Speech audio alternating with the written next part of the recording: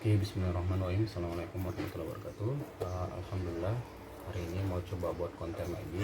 Udah hampir seminggu lebih ya nggak buat konten. Hari ini rencananya mau bahas tentang sejarah alat kopi. Khususnya hari ini mau kita bahas adalah teknik pour over. Jadi sebelumnya kan kita sudah banyak tahu lah ya teknik pour over, terus sudah juga saya pernah jelasin, ini tunjukin alatnya. Sekarang kita mau bahas sejarahnya lah ya. Jadi teknik pour over itu pertama kali dikembangkan oleh salah satu wanita. Jadi gini, wanita ini pengen buat kopi untuk lakinya lah ya, jadi namanya saya coret ya, ini kebetulan tembok ya, latarnya saya kasih kertas karena sebenarnya latarnya coret-coretan anak saya, jadi saya buat kertas. Oke, karena ini namanya agak ribet karena asli Jerman, jadi saya ambil sambil nengok kopekannya. Namanya yaitu Amelie Auguste Melita, tapi lebih dikenal dengan Melita, sehingga nanti menjadi satu alat terkenal namanya Melita. Jadi si Mileta ini, perempuan asli Jerman ini, agak kecewa dengan beberapa alat kopi yang sebelumnya sudah berkembang, seperti itu Vercolator dan Mocapot, itu berasal dari Italia. Kenapa dia termasuk kecewa dengan dua alat tersebut? Karena dua alat tersebut masih menghasilkan ampas. Begitu kopi disajikan, ampasnya masih ada sedikit, dan dia kayaknya kurang suka. Akhirnya dia mencoba berinovasi gitu, gimana ya kita bisa buat hasilin kopi tapi nggak ribet. Sebelumnya juga ada namanya pakai saringan kain, tapi si Melita ini berpikir kok saringan kain itu agak ribet, begitu mau pakai cuci lagi yang bekas dimakainya, makanya dia pengen sekali pakai buang gitu, terus hasilnya dikuatkan. Akhirnya dia berinovasi dengan memanfaatkan, si Melita ini memanfaatkan kertas buku anaknya, atau lebih dikenal dengan kertasnya itu kertas blotting. Memanfaatkan kertas blotting, oke, untuk sebagai bahan saringannya, dan kemudian dia memanfaatkan, ditambah nanti dengan memanfaatkan apa? Memanfaatkan itu cangkir logam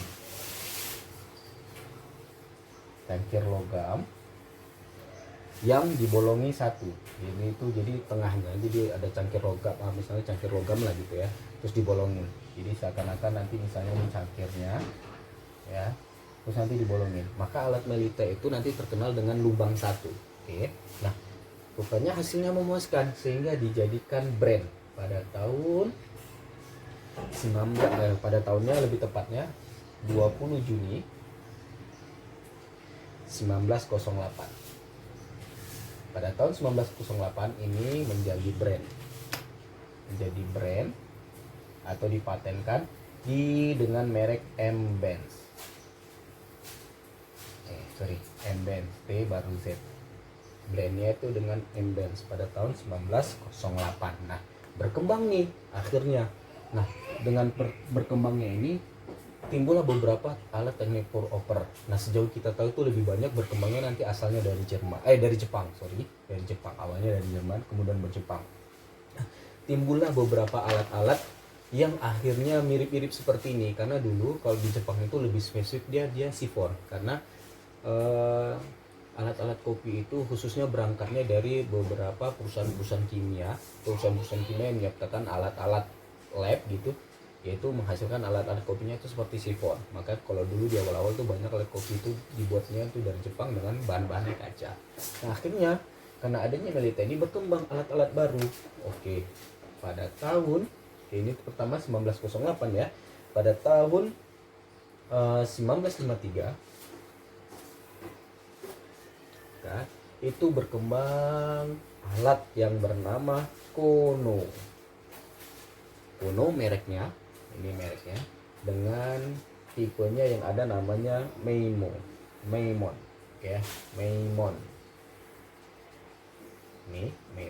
Nah, hampir sama dengan V60 yang saya punya, tapi dia agak lebih berbeda karena dia punya putaran porosnya. Nanti bakal saya coba tempelkan fotonya lah di, bisa lihat di fotonya di layar lah ya. Oke, hasilnya belum ada, nanti saya tempelin kalau udah jadi. Oke, ada Momo. Oke, dia ini memanfaatkan bahannya ada yang kertas, belakangan juga berkembang ada yang sudah pakai bahannya kain. Oke, gitu ya. Kemudian berkembang lagi pada tahun 1959 salah satu alat terkenal juga dari pabrik depan itu Jepang pula, namanya Kalita. Ini cukup mahal alatnya, tapi juga cukup memuaskan. Saya pernah coba di beberapa coffee shop menyiapkan ini, gitu ya, Kalita ini, ya. Ini dia identiknya 3 lubang. Ini 3 lubang. Nanti bakal saya lampirkan juga fotonya. Yang Neimon ini dia 1 lubang besar. Oke, 1 lubang besar ya.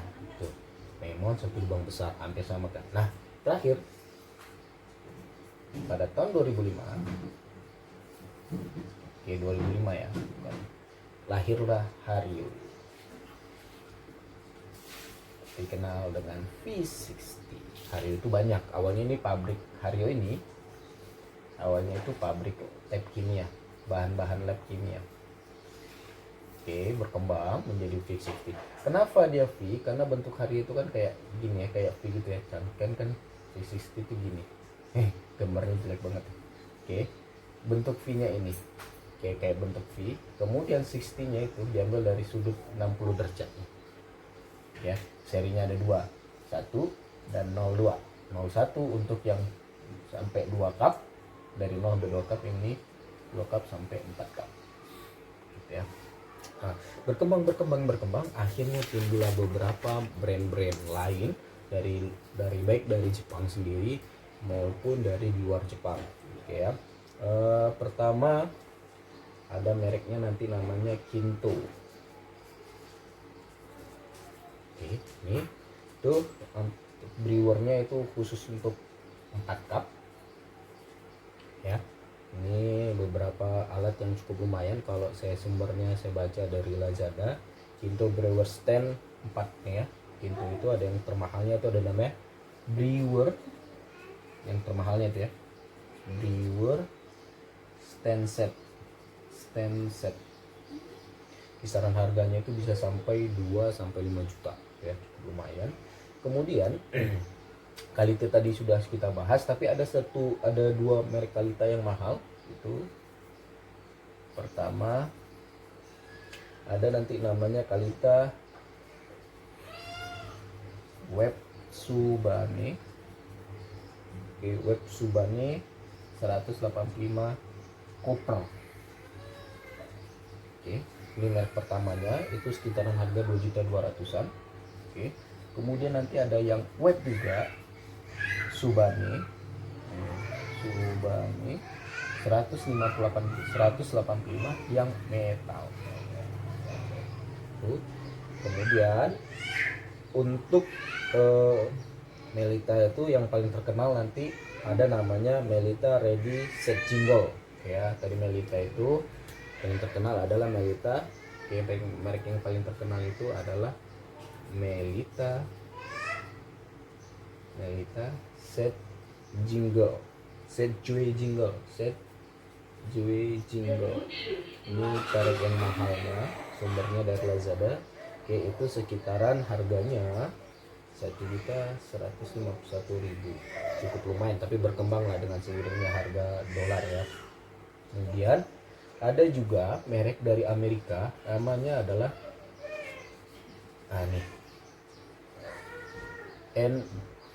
NO2 atau Manual Coffee Maker NO2. Ini salah satu alat teknik pour over yang berasal dari negara Amerika, karena secara garis besar itu bakal sumbernya nanti dari ya Jepang selain dari Jerman. Itu kalau di Lazada kisaran harganya itu cukup lumayan lah ya.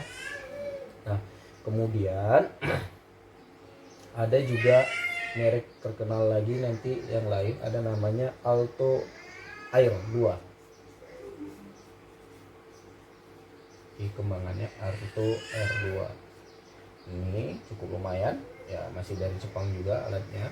Kemudian untuk Hario, V60 itu nanti bakal ada yang merek mahalnya atau grade bagusnya lah ya, selain yang V60 yang di awal berkembang.